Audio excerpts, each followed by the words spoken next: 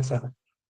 Tireoidite de Hashimoto, ela é a principal causa de hipotireoidismo primário. Então, vocês já estudaram aí as afetações que causam hipo e hipertireoidismo. São temas muito comuns da endocrinologia, muito comuns, muito cobrados aí pelo INEP. Por quê? Por que que eles cobram tanto? Porque é o que aparece de lavada, chove no postinho de saúde de vocês, pacientes com afetações da tireoide, seja hipo, seja hipertireoidismo. E aí, quando a gente, como nossa aula hoje é focado na questão da do hipotireoidismo, mais especificamente no causador dela, no principal causador dela, que é a tireoide de Hashimoto, fica fácil da gente manejar, da gente diagnosticar e chegar no melhor tratamento para esse paciente. Por quê? Por conta dessa maravilhosa afetação. Horrível para o paciente, mas é bom para vocês que estão estudando agora para a prova, porque só essa bendita aqui já garante assim 90 a 95% dos diagnósticos de hipotireoidismo para vocês, tá? E aí vocês vão ver por que isso. Começando com a nossa pacientezinha, aquela nossa paciente típica que vai chegar no pronto-socorro ou no postinho de saúde para vocês. Imagina aí aquela paciente que está ali, tem os seus 45 anos de idade, ela chega para vocês com cansaço extremo, ela ganhou peso, por mais que a alimentação dela ela esteja até comendo menos, mas ela ganha peso muito fácil, ela diz para vocês, nos últimos 6 meses, e ela teve assim, uma sensação de frio constante, não é normal ela estar sentindo esse frio, não era normal para ela, mas começou do nada, e aí tu ainda percebe outros sinais na paciente, por exemplo, ela tem pele seca, os reflexos dela estão lentificados, vocês veem que a frequência cardíaca dela, nossa, a normal é de 60 a 100, a da paciente até pode vir até um pouquinho mais baixa. Por que que isso está acontecendo? A paciente tem constipação, tudo isso são sintomas clássicos que quando chegar para vocês num postinho, o que que vocês têm que desconfiar? Hipotiroidismo. E aí, qual que é a principal hipótese diagnóstica aqui para gente, dessa paciente? Hipotiroidismo. Mas por que que eu estou trazendo esse caso numa aula sobre hipotiroidismo? Numa aula sobre tiroidite de Hashimoto?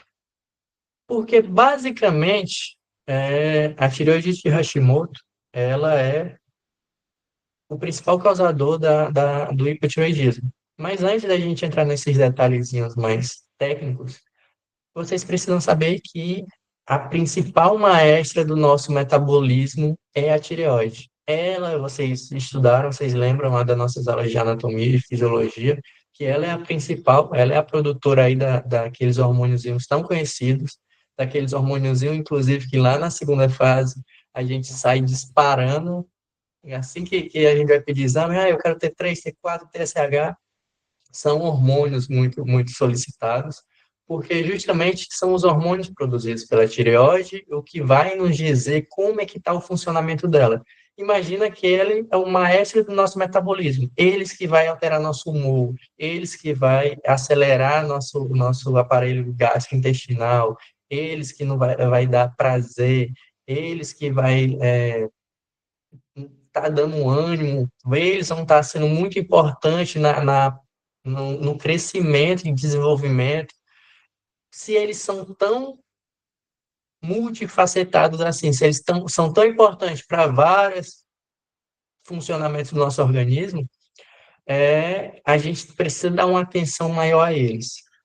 E aí, para a gente estar vendo, como eu disse para vocês, para a gente estar tendo esse panorama de como está examinando a maestra do nosso metabolismo, para a gente estar examinando esse paciente que tem uma afetação da tireoide, a gente precisa conhecer basicamente quais são as afetações, como é que elas vão se manifestar, qual que é a clínica por trás disso. E aí, eu fiz aqui essa separação para vocês. Tudo que for lento tem que vir na cabeça de vocês hipotiroidismo. Tudo que for rápido, imagina que tudo que for acelerado é hipertiroidismo, para ficar fácil para vocês.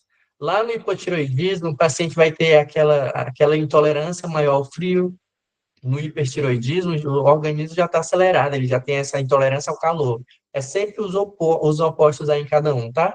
Num, por conta que o metabolismo é muito mais lento, o paciente vai apresentar um ganho de peso maior. No outro, o metabolismo é mais acelerado. Se é mais acelerado, o paciente vai ter uma perda de peso. Vocês percebem que aí a pele é ressecada, outra é a pele úmida, um tem mais aquela fadiga, sonolência, o outro já é mais agitado, ansioso, constipação, ou então do outro lado já tem o trânsito intestinal aumentado. Sempre são os opostos. Tudo que for lento, hipotiroidismo. Salve isso na cabecinha de vocês. Vem os sintomas característicos de uma afetação da tireoide, se esses sintomas são lentos, mostram para a gente que o metabolismo desse paciente é lento, na cabeça de vocês tem que vir hipotireoidismo. Já se são afetações que aumentam essa função, que tornam essas funções mais aceleradas, na cabeça de vocês tem que disparar hipertireoidismo, tá? Como nossa aula aqui é sobre tireoidite de Hashimoto, nós vamos focar no hipotiroidismo. E por quê? Porque a tireoidite de Hashimoto, como eu disse para vocês, é a principal causadora do hipotiroidismo. E aí eu vou trazer aqui alguns dados para vocês, que com esses dados aqui, vocês já vão conseguir fechar praticamente todas as questões de hipotiroidismo, tá? Porque o que é tireoidite de Hashimoto? É sempre, como eu digo nas aulas, é sempre importante a gente entender o que a gente está tentando tratar. Lá por volta de 1912, o doutor Hashimoto, que esse nome é maravilhoso e não deixa dúvidas que o médico era japonês, ele escreveu um artigo. Por mais que ele fosse japonês, inclusive esse artigo ele escreveu em alemão.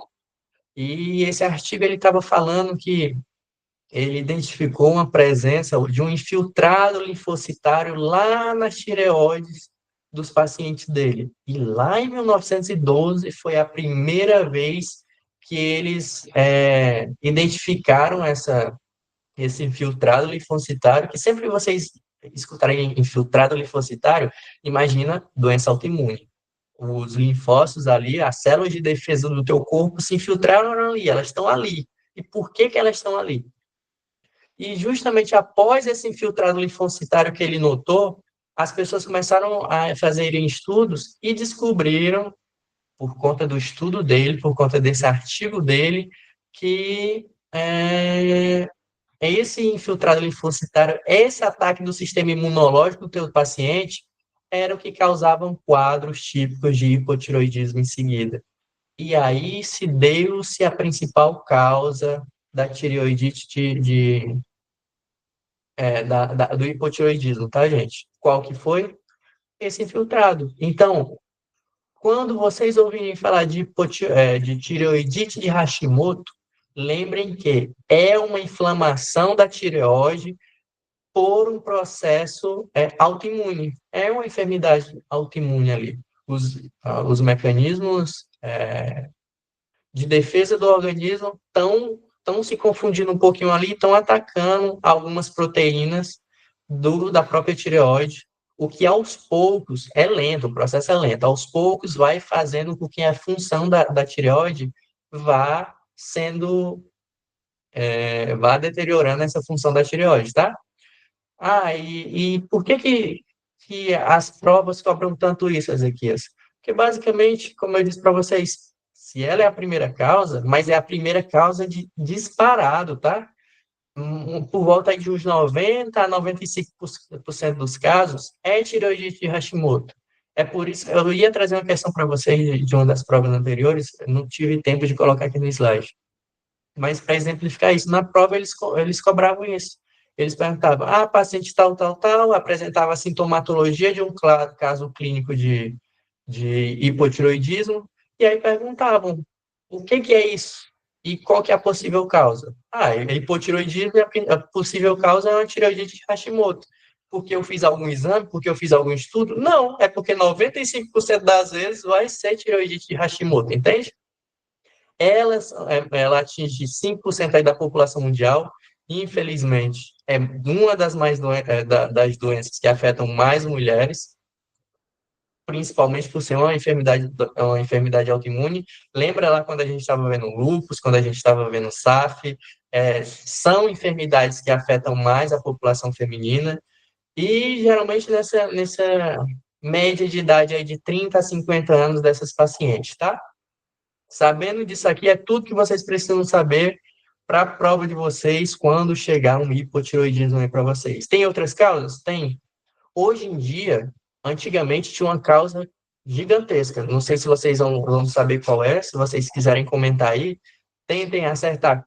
Depois da tireoidite Hashimoto, qual que era outro dos principais causadores de hipotireoidismo que hoje em dia não é tão comum, por conta de uma ação simples que tomamos. Uma ação de saúde coletiva, claro, mas é muito simples. Era a deficiência de iodo. É isso aí, sabe? Era a deficiência de iodo. Em lugares que ainda existe essa deficiência na ingestão de iodo, é muito comum essa deficiência na ingestão ser a causa primária da tireoidite de Hashimoto, tá? Mas, como foram tomadas justamente essas medidas de saúde pública, foi colocado iodo no sal, então aí o sal iodado foi sendo mais popularizado, que hoje em dia você não encontra mais sal sem iodo aí, graças a Deus, suprimiu uma dessas causas de hipotiroidismo. E aí, a que brilha é a tireoidite de Hashimoto. Tem outras causas, tá? Tem bacterianas, por mais que sejam raras, mas tem, e aí o manejo é outro, aí ele entrar com antibiótico, aí muitas das vezes vai ter que fazer drenagem, tem outras causas. Mas 95% dos casos vai ser tireoidite de Hashimoto. Então, tu acha que eles vão cobrar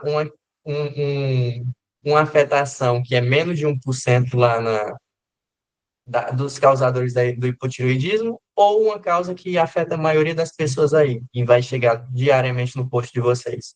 É claro que na prova de vocês, eles cobram isso aqui, e é por isso que vocês veem essa quantidade de questões que o Revalida cobra sobre a tireoidite Hashimoto, sobre hipotireoidismo, tá? Entenderam isso aqui? Entenderam esses fatores que tornam a tireoidite Hashimoto a queridinha aí nas provas? É porque ela é a principal. Fechou? E aí a gente vem. Eu expliquei lá a fisiopatologia para vocês, mas só para revisar aqui para vocês, é um erro imunológico, uma doença é, autoimune. Basicamente, o teu sistema, os linfócitos T, CD4 lá, vão se confundir e vão começar, e CD8 também, vão estimular a produção lá dos linfócitos B, mas isso aqui não importa muito para vocês. Mas saibam que eles vão atacar algumas enzimas chamadas TPO e uma proteína muito comum e muito importante, que é a tireoglobulina, tá? E aí, esse ataque do teu sistema imunológico, primariamente lá pelos TCD4, vai fazer com que, ao passar do tempo, essa função da tireoide vá se perdendo, porque está sendo lesionada, esse tecido tireoidiano vai ser trocado, vai ser mudado, vai começar a gerar uma fibrose local ali e gerar uma infiltração linfocitária ali na região, tá? E que é a principal característica da tireoidite Hashimoto. Lembrem que quem causa o dano são os linfócitos T. Eles são os causadores. Por mais que, para vocês fecharem um diagnóstico bonitinho, vocês vão lá pedir os anticorpos, anti-TPO, anti-TG, que são os anticorpos gerados por conta desse ataque, mas quem está causando o ataque mesmo são os linfócitos T. Fechou? E aí a gente vem para uma pegadinha de prova, e uma pegadinha, inclusive, para o tratamento do paciente de vocês, que é a rastoxicose, que basicamente é uma fase inicial, quando está lá na fase subaguda ainda da doença. Lembra que eu falei para vocês que os linfócitos T se confundem e ele começa a atacar as células da tua tireoide? Se eles estão atacando, está gerando lesão, está gerando processo inflamatório ali. Por isso que é uma tireoidite, inflamação. Mas o que é importante aí? Que essa inflamação da tireoide, esse ataque dos linfócitos T ali na tua tireoide, Não é que magicamente tua tireoide produz T3, T4 e lança no teu organismo quando tu precisa. Ela vai produzindo, vai ficando uma quantidade ali armazenada e ela vai liberando aos poucos esse T3 e T4. Só que imagina aí que esses linfócitos T estão atacando, entraram em guerra contra a tua tireoide. Com a lesão do tecido da tua tireoide, esse hormônio que estava armazenado, ele é liberado, ele vaza para o teu organismo. E aí pode ocasionar uma tirotoxicose, tá? Teu paciente vai chegar agitado, vai chegar taquicárdico, vai chegar com o metabolismo bem agitado mesmo, com sintomas que parecem o que lembra lá que eu disse para vocês, hipotiroidismo é tudo lento, quando é tudo acelerado, com sintomas de hipertiroidismo. E aí vocês veem esses sintomas, vocês vão imaginar que é uma tireoide de Hashimoto? Não, quando a gente vê esses sintomas, a gente imagina que é um hipertiroidismo e faz o diagnóstico errado. O que vocês precisam saber aqui da rastoxicose? É no período agudo, é no início. Vai chegar um momento que os linfócitos T atacam, vai ter essa liberação dos hormônios ali momentaneamente, e aí vai ter esses sintomas de hipertiroidismo momentâneo, que é chamada de tireotoxicose, tá? Que é essa agitação, essa taquicardia, esse aumento no metabolismo do teu paciente. Mas é momentâneo. Ele tende a regular depois. Com o passar do tempo, ele normaliza. E é isso que vocês têm que controlar. Normalizou com o passar do tempo? Excelente. O problema é que, às vezes, ele não normaliza. Às vezes, ele baixa muito. Subiu, teve um pico, e aí vocês, opa, tireotoxicose. Eu já sei, aqui é síndrome de Hashimoto, então não é hipertireoidismo, é hipo, mas teve uma tireotoxicose aqui, a agitação do meu paciente, o metabolismo foi lá para cima e começou a descer. Quando começou a descer, aí gerou a quadro típico aí de hipotiroidismo, tá? Por que que isso é importante? Geralmente, nem todos os pacientes vão iniciar subitamente com esse quadro de hipotiroidismo. Vocês vão ver esse quadro de rastoxicose e o organismo do teu paciente pode se voltar à normalidade. Aí acontece que algumas das vezes ele não volta e aí vai ocasionar aí a tireoidite Hashimoto, que não é que ocasionar, mas não dá os sintomas clássicos aí do hipotireoidismo, tá? Outra coisa nesse tema é que, como é que vocês vão fechar o diagnóstico? É clínico, tá, gente? Aqui é clínico laboratorial. O paciente vai chegar com aqueles sintomas clássicos de hipotireoidismo que eu disse para vocês, fadiga, constipação, pele seca, bradicardia, os reflexos lentificados, sonolência, tudo isso aí ele vai chegar referindo para vocês com o passar do tempo. Não é rápido, esse sintoma é uma doença crônica, então vai demorar aí 1 ano, com o paciente apresentando esse quadro progressivo, com essa sintomatologia, e sempre que vem esses sintomas, vocês vão pedir exames laboratoriais para confirmar. E aí que vem a mágica de como é que vocês vão estar diagnosticando, tá? Geralmente a gente não solicita anticorpos de início. A gente começa pedindo o quê? T3, T4, TSH, mas aí quando vocês pedirem lá o TSH do teu paciente veio alterado, veio elevado, e o T4 livre baixo, opa, acende a luzinha de vocês. Hipotiroidismo aqui. Se é hipotiroidismo, a principal causa é tiroidite de Hashimoto. Vamos só pedir um anti-TPO aqui para confirmar? E aí o anti-TPO vai vir positivo. E aí vocês fecham o diagnóstico bonitinho do paciente de vocês. Viram que até aqui eu citei simplesmente os sintomas clínicos e laboratorial? Porque é só disso que vocês precisam. Não tá não tem imagem ultrassonográfica no protocolo, tá? Mas vocês podem pedir. Se vocês pedirem, não é errado, não é uma iatrogenia para o paciente de vocês. Mas não é necessário, é um diagnóstico clínico laboratorial. Mas se vocês pedirem, o que que vocês vão ver lá na ultrassom? Uma glândula heterogênica aí, hipoecogênica. E aí, um dos principais erros que acontecem também, inclusive é uma das principais pegadinhas nas questões que eles botam, é qual que é o manejo? A gente vai fazer a punção com agulha fina? Não vai, não indica punção para caso de tiroidite Hashimoto, tá? Nesses casos aqui, esquece, pá. A não ser que tenha um nódulo suspeito lá e aí a causa seja outra. Mas se não tem esse nódulo suspeito, esquece PAF. Vocês vão ver, se vocês forem ver as questões aí de síndrome de Hashimoto, eles adoram colocar um PAF lá no meio. Vão realizar o quê? Qual que é a conduta agora? PAF, PAF. Esquece, não faz, tá? Só em caso de nódulo suspeito. Para tiroidite Hashimoto, para fechar diagnóstico, não. Entenderam aqui como é que vocês fecham o diagnóstico? Porque se vocês entenderam como é que fecha o diagnóstico, porque clínico laboratorial, TS4 alto, T4 livre baixo, e o anti-TPO aí, se vocês quiserem pedir para fechar o diagnóstico bonitinho, vai vir positivo. Existem casos, por exemplo, na fase subaguda da doença ali, pode ser que esse T4 venha alto e o T4 livre, ele venha normal, venha ali limítrofe. Não está totalmente baixo ainda, tá? Pode acontecer. Mas o mais comum é TSH alto e T4 livre baixo aí. Entenderam? Porque se vocês entenderam como é que faz o diagnóstico, vocês vão entender mais rápido ainda como é que faz o tratamento. Qual que é o tratamento padrão ouro? Se é uma doença autoimune que está atacando a tua tireoide, está diminuindo a função dela, que a função dela é produzir T3, T4 ali, o que que tu vai fazer? Repõe T4. Então, tu vai usar a levotiroxina, é o tratamento padrão ouro, tá? E felicidade para o teu paciente. Sempre de manhãzinha, sempre em jejum. Agora, a dose é individualizada.